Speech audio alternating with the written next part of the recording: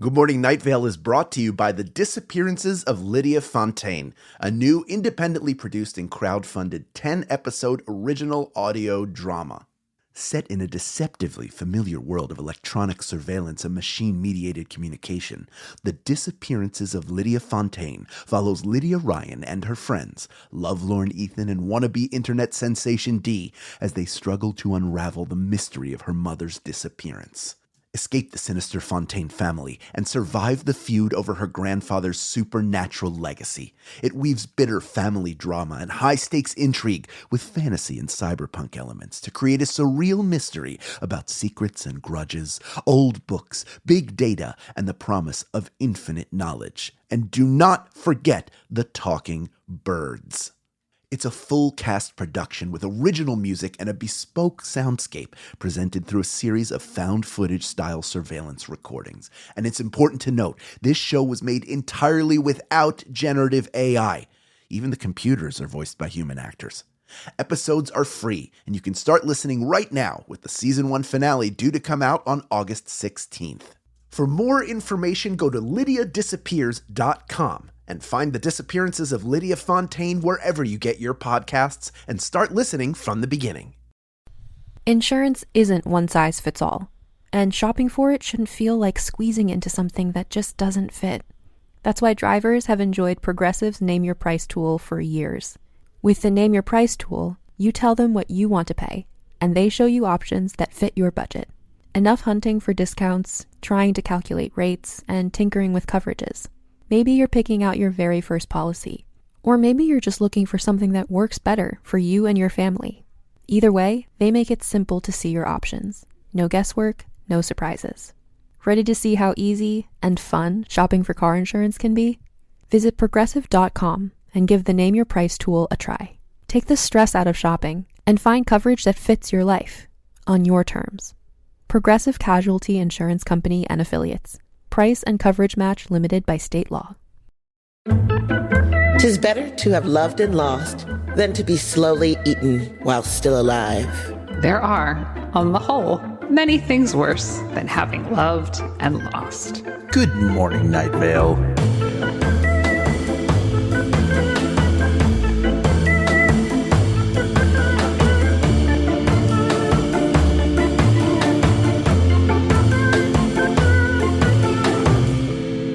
Hey there, sweet babes. It's me, Symphony. Hey there, baby sweets. It's me, Hal. Hey there, salty biatches. It's me, Meg. And we're here, three friends, three actors on the Hip Popular podcast, Welcome to Night Vale, have convened together to discuss episode 156 of the aforementioned show because we like to and we think it's interesting. And today, in our world, is Friday, March 29th at 1:45 p.m. Good Friday to all of yous out there who believe in that Trinity. And this episode's description is, everyone in town is scared of aging now that time works normally, but one newcomer claims to have the answer. Let's talk about it. Hoo boy. I love that we are addressing that time is functioning, because there sort of had been like little breadcrumbs of like the effects of time now functioning normally, but we've like gripped in. We're in a three-parter where we are discussing time, and I love that for us. And I love just to see how these characters in Night Vale are slipping around in the world of time and how they are all handling it. Everybody seems stressed, and by everybody I mean Cecil for sure. But it's really starting to develop in the town where people are starting to try and combat the signs of aging by exercising and doing all sorts of things like that. Drinking a green juice, which, you know, it's good for your gut, I think. Well, I think we all do things. I think this episode, I was like, ooh, this episode is calling me out. Because I do be doing stuff for anti-aging and adding collagen back into my skin, doing all the facial things and body things. I feel like the lotion ad was targeted at you. I know. Lotion. But I will tell you what, you should put on lotion. Your skin will thank, your skin is an organ too. and it needs to be properly moisturized. Can't go out ashy. I just bought some new lotion and I was just looking at the package and it said developed with dermatologists. And I was like, I should hope so. Yeah. No, they were just out here putting fucking Crisco grease in a tube. And we did not consult anyone with a PhD or MD before making this thing that goes on your body, the largest organ on your body. We were just like, that's fine. Developed with Randy at the AM/PM. He says it's good. This is sort of like Night Vale becoming a little more normal, though, because this is the fear that we all have, either explicit or implicit, about, number one, aging and trying to retain our youth for as long as possible. But then the other end, turning around and seeing the specter of death, that nobody gets out alive, and not knowing when that's going to be. You could be extremely unhealthy in your lifestyle and live to be 110. You could be Jim Fix and start the jogging craze and then die of a heart attack. Like anything is possible. There's no right or wrong. People use that example, I think, a lot to make the excuse for, well, you do whatever you want because, number one, we don't know how long we have, and number two, doesn't matter. There are plenty of unhealthy people that have lived a long time. There's no one formula for either a short or long life, one way or the other. But it is an interesting, like, how much more aware. I guess I try not to think about it a lot, but the older I get, there are definitely times where I sit and think, like, I don't know how much time I have left, but I also don't know if it equals the amount of time I've already spent here. Like, it could very well be less than the amount of time I've been alive that I'll get to continue to be alive. And that's scary. Mm-hmm. But the more we think about it, the more we get crazed. I think, these people are having this dumped on them all at once. But that is a real thing that, if it preoccupies you, I think looking too far ahead and looking too far behind ruins where you are in the moment. And if you can't live in the moment in some way, then it really doesn't matter how much longer you're around, because you're never going to be happy. That's true. But this, in this episode, they did say there was the thing that they said, it was like the thing that the light chases off or something like that, that in the light of day, you feel like better. But but at night, that's when I feel it. Mm-hmm. Like the whole, I'm fine living in the present moment during the day. I'm not terribly concerned, other than I know that one day I'll die. It could be for any reason. You could get in a car accident, natural disaster. You don't know. You could be smote by the Lord. I don't know. Could happen. You could be electrocuted. You don't know. Yeah. Comically, they would see your skeleton like 4 or 5 times before you go. Yeah. So anything could happen at any moment. So you try and live that life. But when you're trying to go to bed, that's when it gets me. My brain starts going down that path, and I'm like, oh no, but what happens? Am I unconscious? Is it just like darkness immediately? Do I go somewhere? Do I not go somewhere? If I do go somewhere, how long is it from the time that I take my last breath? Is it going to hurt? Will I be sad? Will I see myself? Mm-hmm. Will I be a ghost? Will I wear this same outfit forever? A lot of questions. There's a lot of questions. And there's not enough answers, Meg. The answer that I can provide is that the end is what exists to provide meaning to everything else. Because if there was no end, there would be no meaning and no purpose to the existence. You need to... I'd have a great time forever. Yeah, but would you though? Would forever be a great time? It doesn't. I don't think it will. I don't think it would. I think at least 400 or 500 years could be a cool time. Yes, but given that span, the feeling of time passing would change, and it would be 400 years would go by just as quickly as your hopefully 100 that you get here. I guess you're right. Yep. Lessons with Meg. The end exists to make the middle and the beginning part interesting. So, and a great mystery, right? It's also something that we are all united in. As far as we know, everyone was born and everyone will die. So it is the great uniter of the human condition. We're always talking about how to unite the country. Well, you're all going to die. You're united in that. Yeah. So maybe we need a goth president. I think a goth president would be great. Who do you think has been our most goth president so far? Of all presidents? Martin Van Buren? Yeah, he's got the facial hair, I think, for it. Maybe. Yeah. Yeah, goth. Yeah, I don't know. Wasn't Calvin Coolidge really quiet? That's a little bit gothy. Like, yeah. Sort of I don't know anything about those old heads. There's so many of them. There's so many old and white. Old and white and male. What if it was Nixon? What if Nixon was the most goth president we ever had? No way is Nixon. He's way too normcore. Maybe that's a front, though. Yeah. Like maybe Pat just made him seem normal. And then he played a lot of musical instruments, so when he's by himself, he wrote a lot of music that wound up being covered by Bauhaus. A lot of people don't know that. Yep. I think that the thing that's really, just to transition right there, I think the thing that is very sweet about this episode is that Cecil's great fear about life ending is that he won't get to spend time with Carlos forever, which is just so sweet. So sweet. And just another one of those, another slice of the meaning of life is that your time here with the people that you love is what's important. And yes, and to make the time count. Stop staring at our phones and start staring at the people we like. I stare at the people I like on my phone. On my phone. Oh, damn it. It's a trap. It's a trap. And it goes on and on forever, back and forth. Back and forth forever. Some of the segments of this episode that I found really cool and interesting. The traffic was beautiful. And I really enjoyed that a lot. A lot. I thought the traffic kind of sounded like an Anthony Bourdain voiceover. Like that was the... yeah. Yeah. I was like, it sounds like this is in Tony Bourdain's voice. It's interesting. And then I also really liked the Children's Fun Fact Science Corner. Like, what is are you a person?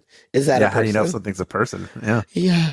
Because it always makes me think of, when you're like trying to sign into something and it's like, are you a human? Yeah.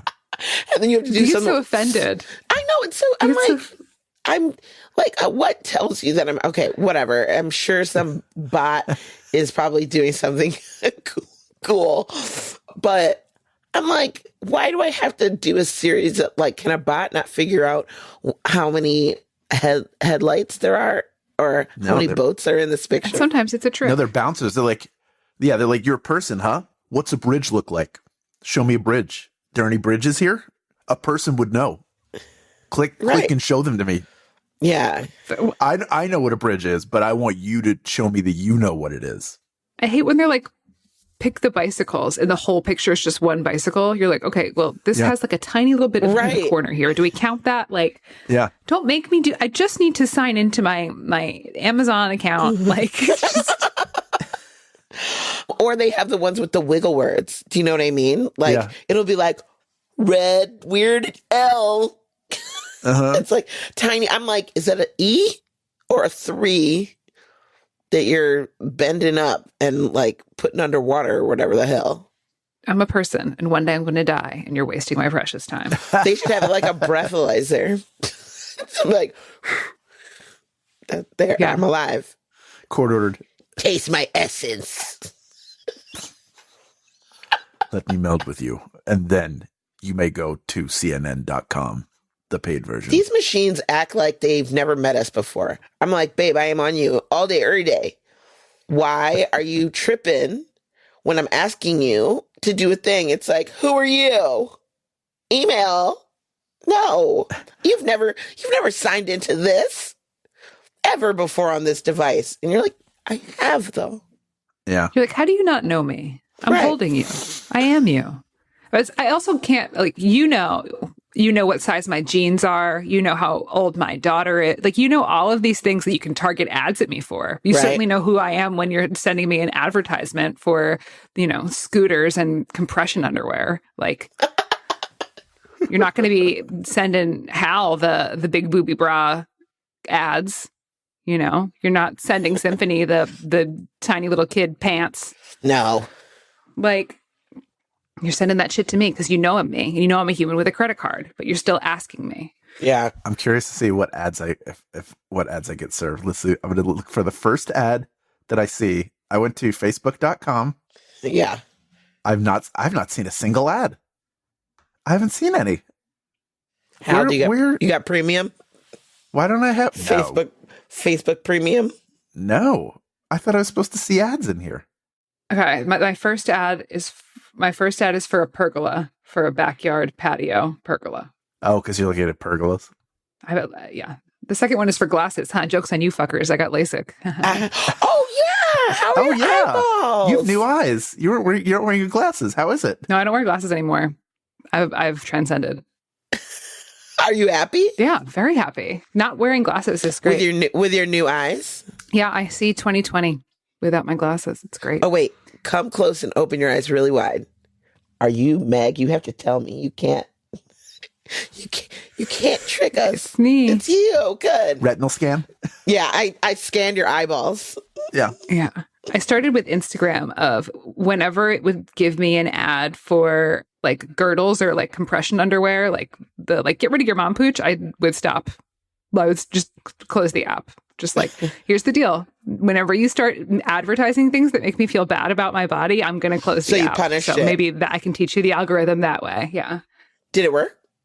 No. No, you already saw it. It's too late. Yeah. It's like, got you. Just the terrorism of the targeted advertisements. Anyway. Well, this is much more broad on, does it grow? Does it bend?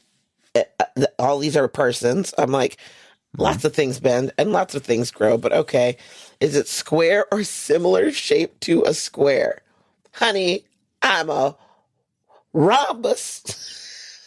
I'm no square. I'm a rhombus. I'm a rhombus. It's a good t-shirt. Right? I think I'm more rhombus shaped. Anyway. There's a person on TV that Joseph and I describe as an enthusiastic rectangle. I like that. But not nods and nodules. How many nodules? That sounds like a robot to me. Yeah.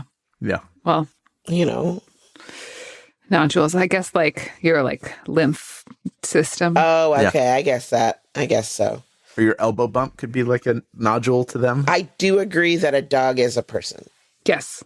Sure. Yes. Dog equal person. Dog equal person. Dogs are people and horses are dogs. Oh, they're just big dogs. But yeah. And they have I'm sorry, they have personalities and stuff and all that. Leave those horses alone. Horses are great. They're not smart as a dog, though. Let's be real. Really? Some of them can do the counting with their foot. Yeah. That's but like true. a dog, like a really smart dog, you could train them to be the next goth president. Like, yes. That would be great. A goth president dog. But yeah, so I don't know. But everything but the ooze. So the ooze doesn't have personhood. Okay. It sounds like we're mincing words and, I think if it's an ooze, it could be a person. If it's sentient. I found this episode to be dealing a lot with texture. There's a lot of there's the talk about the lotion, there's the talk about the sand, there's the talk like the sort of dissection of the body part, like there's the freezing. So I think I was getting a lot of texture in the words that. Here. Yeah. Mm-hmm. I was feeling that Cecil was having issues being wrong. Yes. With being wrong. And then that led to him going to that silo. And there's some sound design. We have some love it. Sort of literal sound design that's happening in this episode. Yeah. It's aiding into the realism that we're coming to, I think, because of this whole time thing. Like, I don't know. This episode just feels very real, Mm-hmm. Well, yeah, because we're in a place where time is real. So yeah, we're cracking on into it. So yeah, and so does Cecil. He cracks into that shit, and he does. He does. Yeah, with his torch. And there are brains in there. There are brains in there. Which I kind of hate that. Did anyone watch the How To show on HBO? Anyway, one of the episodes, they go to like a cryo place that does cryo brain freezing. Okay. And it's weird. It's a weird time. There's people who like freeze whole bodies, and then there's people who just freeze their brains. Okay, so you can freeze your whole body with your brain in it? Yeah, or you can just freeze your head. And they believe they can bring you out at some point? Yeah, well, they're banking literally on that. But you would have to be alive. You'd have to go in alive, wouldn't you? No, it's right after death. They do speak about the process. Let me see if I can find it. But yeah, the how-to guy goes there. Can't wait for your Facebook ads after this one. Yeah. They're all going to be for Disney. Yeah. Oh. Cryonics. Yeah, I don't think I'd want to do that. I don't know. It does, because it does feel like a scam. Mm-hmm. And even if it isn't a scam, like, I don't know if I'd want to be brought back 500 years from now. Why not? Just like with a blip of time gone. That, I feel like that would be different. I don't know. Because I think about that. I have that same feeling when I watch shows where they have those pods, where they are in space, and they have to go into... Yeah, the cryopods. Yeah, like a cryopod, right. Yeah. And then they wake up and they're like, it's 138 years of... I'm like, yeah, I hate that. I mean... Yeah, like that movie Passengers with Chris Pratt and Jennifer Lawrence. I didn't see that one. Yeah, they're on this giant ship and they get brought out early. Everybody else is still asleep. Oh, okay. And so he actually wakes up first and then develops a crush on her without really knowing her, and then sets up for her to wake up by accident. It's super creepy. It's not okay. Nothing in it is okay. That's weird. Yuck. Okay. I saw it on a plane. You're welcome. Okay. AMA. Anyway, well, okay, tell us about cryonics. Cryonics. Okay. So cryonics is regarded as a fringe pseudoscience. But there is a place, there's a Russian company, and there's also, I'm trying to find the one that was in the documentary. But basically, they cryo freeze you, but in order for them to uncryo freeze you, it does not sound possible, because they would have to repair the damage from your lack of oxygen, the damage from the cryo stuff, the toxicity of that, the thermal stress of freezing, and then reverse your cause of death. Like, it's just, it's many bridges too far. Girl, no. You're just a froze-ass body in a tank. It's not, listen, it's your body. You do with it what you want. Yes, that's true. It's not for me. I mean, I'm the one who wants to be shot into the sun, so this is literally from someone who wants to be shot into the sun, so don't listen to me. I think it's probably a waste of money and a waste of energy. Not to shoot you. I want you to shoot your body into the sun, but I think cryogenics is probably a waste of energy and time and money, but not the hill that I want to die on. But I think you should be shot into the sun if that's what you want. Do with your body what you want, as long as it doesn't hurt anyone else. With all the ocean trash and plastics, trying to give the earth some time to heal. By taking, I like that. In your afterlife, you want your body to just be continually traveling. I like that. I like that for you. I mean, preferably into the sun, so then it you burn up in the sun. Up. Yeah. Burn up in the sun, and then you're like, oh, part of the universe. You know what I mean? Might as well be shot into the sun. Good one. Yeah, thank you. Great one. Up next, we hear from fans and friends of the show. But first, a conversation about this episode's weather, Revolution Lover by Left at London. She, her. Love Revolution Lover. Love that. Love that song. Yeah, it's good stuff. I would want to see that live. Yeah, me too. I'm like, that's all I have to say about that. Yeah. It's a cool song. I like the sound. I like the sound a lot. Yeah. It's the Left at London is the stylized stage name of Nat Puff, and she's an indie pop artist. Cool. Who's a poet and comedian from Seattle, Washington. Love it. Nice. I love it. Indie pop. Beautiful. I'm into it. I dug it. You can go to her website where she has poetry and all of her music. And let's see. And not many updates recently, but stay tuned. It could be hard at work on something. Secret. Yeah. Well, I enjoyed that one. And you know what else I would enjoy?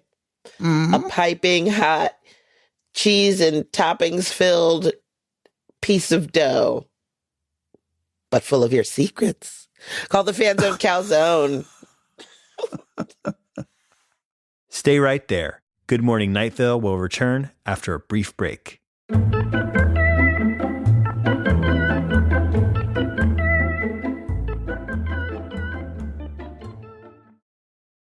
Lately, I've been all over the place. Between touring, dog sitting, and traveling, my routine has become non-existent. Now that my travel schedule has slowed down, I need to get back to eating real food and not just grabbing what I can when I can. And Factor is making that easier for me. Factor meals are ready in 2 minutes and require little to no prep and no cleanup. So even on the days when my schedule is completely out of whack, eating well is still achievable. Like today, I had 3 meetings and a client. By the time I was done, I was hungry and I just needed to eat. So I grabbed the Beurre Blanc filet mignon with Parmesan risotto and it was delicious. I was amazed at how tender it was and how flavorful the risotto was and saved me from having to pick something up quick. And in 2 minutes, I had something healthy, fresh, and delicious. So if you like fast, easy, and delicious meals, I think you would like Factor meals too. Let's eat real. Head to factormeals.com/GMNV50OFF and use code GMNV50OFF to get 50% off and 1 free breakfast item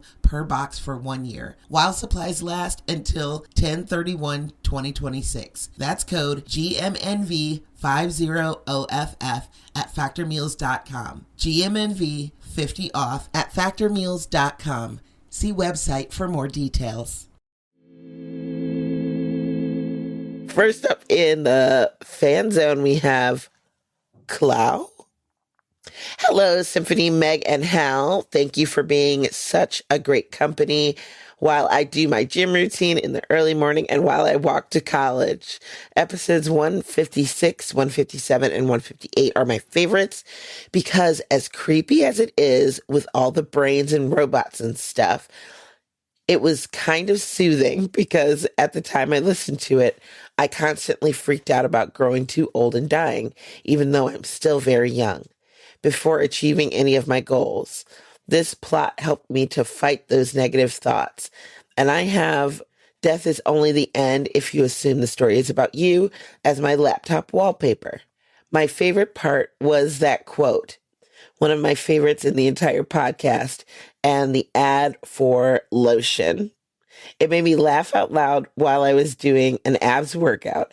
I think that at this point, half of the gym people think I'm weird because that's very frequent. Still, I don't feel bad about it. I love both podcasts, and you three are helping me a lot improve my mental health.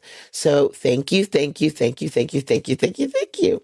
Sorry if this isn't grammatically correct. English isn't my first language. That seemed great to me. Oh, also, I have a question that has been going in circles around my mind since I listened to the first mention of her about a month ago or so. Well, the anonymous poop lady said that they had poop from different places around the world, including Peruvian babies. And hey, I'm Peruvian. So for how long have they been collecting poop from Peruvian babies? I'm a kid, or so I'd like to believe, from the early 2000s. So is my poop there? Are my younger relatives poop there? Why specifically Peruvian baby poop? Well, that's a question for APL. Thank you for bringing me happiness. Please consider ever coming to South America on tours. Sending love to you all, Clow. Clow, first of all, I would love to come to South America. It is one of the places, one of the continents I have yet to be on, set my beautiful tippy toes. And one of these days, it is a plan. But, as far as the poop, APL, can you help us out? Let us know if you have Clow's poop.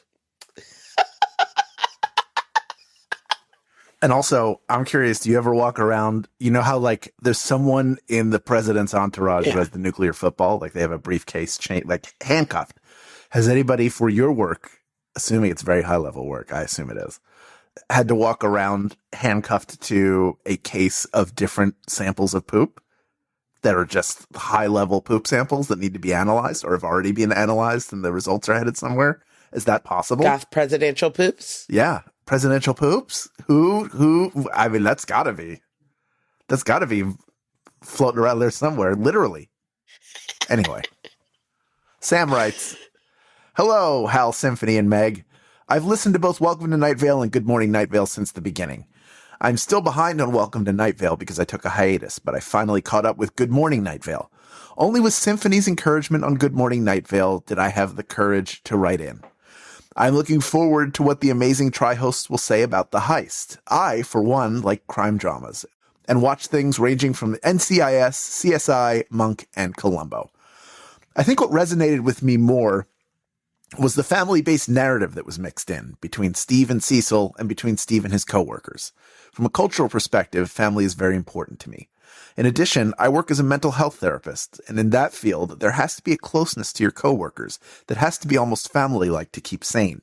It takes so much emotional energy, but I enjoy it thoroughly.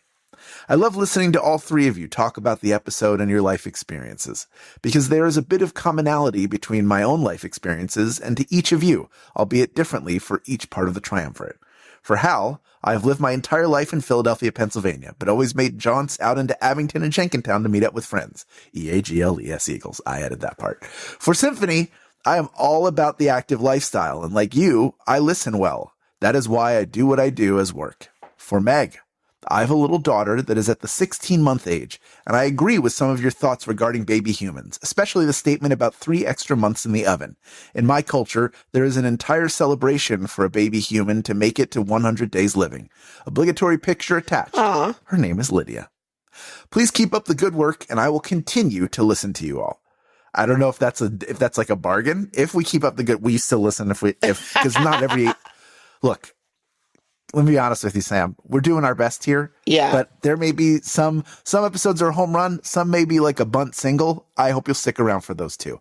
Thank you for reading all this and including the PS. Best, Sam. P.S. I'd like to clarify a couple things that I heard in previous episodes of Good Morning Night Vale. Hal, the Jenkintown IHOP that you used to go to after practice when you were younger is still there. Yes. Also in Levittown, nearby right up Route 1, there's a Boston Market that is still open. Yeah, they survived. The one on 611's gone, though. That's very sad. Symphony, you seemed confused about a Pegasus with a unicorn horn. In some lore, a winged unicorn is either called a pegacorn or an alicorn. More recently, the animated series My Little Pony from a few years back featured alicorns, and they were royalty.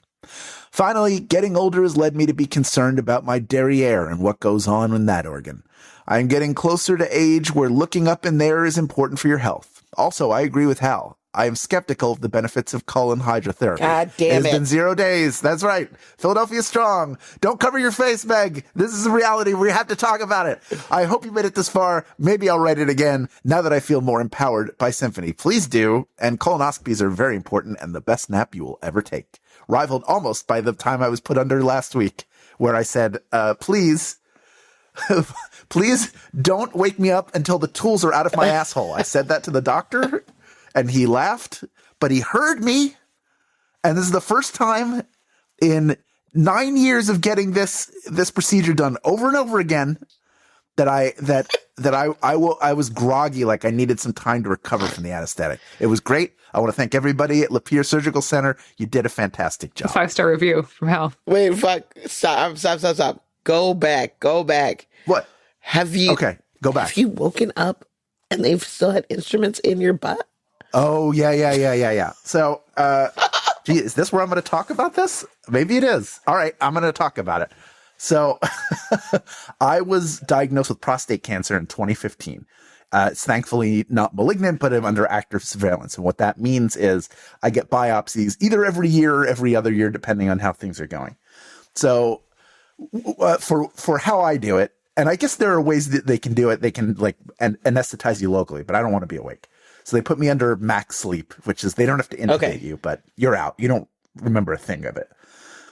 But the last few times, because they're in there with like little scissors snipping things, and they brought me out early, like 2 or 3 times in a row. And after the first time, I mentioned it because you feel like the snips, it hurts, but you're also kind of out, so you can't go like, "Hey, can you put me back out there?" Like that's not happening. Then they're done, and like I've mentioned it every single time. And this was the time that I told the anesthesiologist, "Don't wake me up until the tools have come out of my asshole." And he laughed, which is how I knew he was going to do it.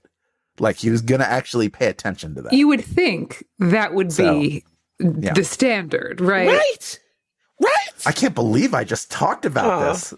I haven't talked about this publicly in 9 years, which I don't know why. But we wore you down, Hal, with all the butt talk. It was Sam. I felt the need to talk about it right now. Sam opening up about their derriere. There it is. This is the exclusive. Yeah. Thank you, Sam. Get your colonoscopy. That was a separate thing, but everybody active surveillance of yourself for sure. Colon hydrotherapy is not part of that. Don't do that shit. We learned from APL. Oh, wait a minute. Are we all on the same side about this now? I'm on the we don't do that shit side based on the science presented to me by one anonymous poop lady. Yes, that's right. Anonymous poop lady. I believe it, anonymous poop lady. And I haven't gotten it done since. So get off of my case. Don't at me. I feel like it's something, if you did it a lot, it definitely causes the disruptions to that area that don't need to be disrupted and can cause harm. But I think the one-off every, if you did it, when did we do it? 6 years ago? I don't think we're going to have any lasting. No. Anything lasting from that, but a great story and a theme for a whole podcast. I eat plenty of fiber, so I'm good. Yeah, I take fiber gummies. They're orange flavored. I love them. I also eat a lot of fiber. I love it. I eat those greens like a misbehaving horse. Sam, thank you so much for writing in, and thank you so much for sharing the photo of your daughter. She's a real cutie, and she's named Lydia. That's my mom's name. That's very sweet. Yeah. Thank you. Thank you so much for listening. Now we hear from Ava. Ava writes, "Hello, lovely tri-hosts. I'm a fellow horse girl. When I was in elementary school, I used to literally write horse girl on the top of my tests and draw a little horseshoe instead of just writing my actual name. Seeing bad writing in media always bothers me, but something that pisses me off endlessly is at the end of Princess Bride, when it's been established that Wesley still can't move his body at all, and there's a shot of him riding a horse into the sunset. There's absolutely no way he would be able to stay on a horse in that situation. Anyway, I would love to hear an episode of Good Morning Night Vale on horseback. You guys are great, and listening to anything from the Night Vale family always brightens my day. Ava." Ava, thank you for being a horse girl forever and always. And thank you for sharing that you used to write horse girl and draw a little horseshoe on your papers at school. That's so cute. That is some horse girl shit. I love it. So one day. Horse girl shit. Oh, that's our next shirt. Go ahead. We do have buy-in from our editor, Felicia, at our mixer, Vin. Vin said that he would definitely support us in creating a podcast live from horseback. So... And Vin's very talented. Yeah, Wait, Vin's really? very talented, and I think we can do it. I mean, I don't. We would need to sort of bring the four corners of the world together to make it happen. But I can get there. Well, 2 of us are here. We're not that far from the equestrian center. You're much closer than I am, but you can get out here. Y'all, I was driving the other day, and there was just a person on horseback, like kind of out of nowhere. Yeah, you're close enough to Horsetown. Yeah. There's lots of stables sort of ish near me. But this was, I just was driving to the pool, the aquatic center where I go do my swimming, and there was a horse. Mm-hmm. Wow. Just like outside? Was it wait. Just someone was like riding a horse. Oh, okay. I'm like, it wasn't like I was an driving illusion. my car. And it just like a horse appeared to you. You know, it was I think it was real. The Doors movie. Well, for next time. Thank you all so very much for listening. Next episode is The Promise of Time. And until then, good morning, Night Vale. Good morning.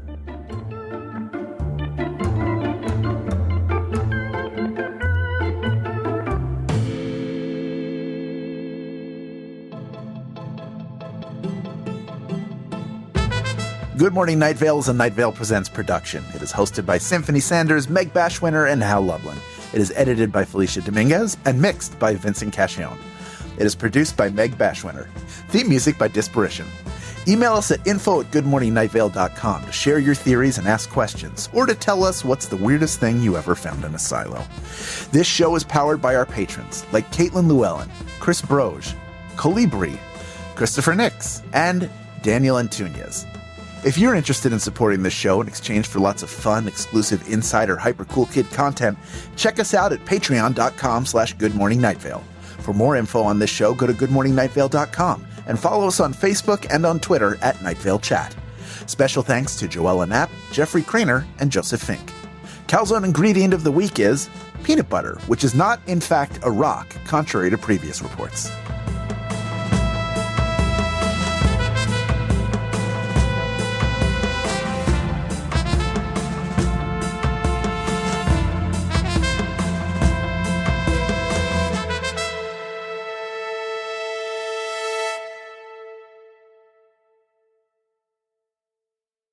If the scale keeps staying the same, but your body is changing, you need more than a scale.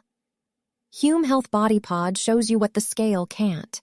In seconds, right from home, Hume Health tracks 45 body metrics like body fat, muscle mass, hydration, and visceral fat, so you get the real story behind your progress. You can even see changes by body segment, arms, legs, and core, so the work you're putting in finally shows up. Because with Hume Health, progress should feel motivating, not mysterious. Visit humehealth.com, Hume health.com, and see what's really changing with Hume Health Body Pod. Stop measuring your weight. Start seeing your progress.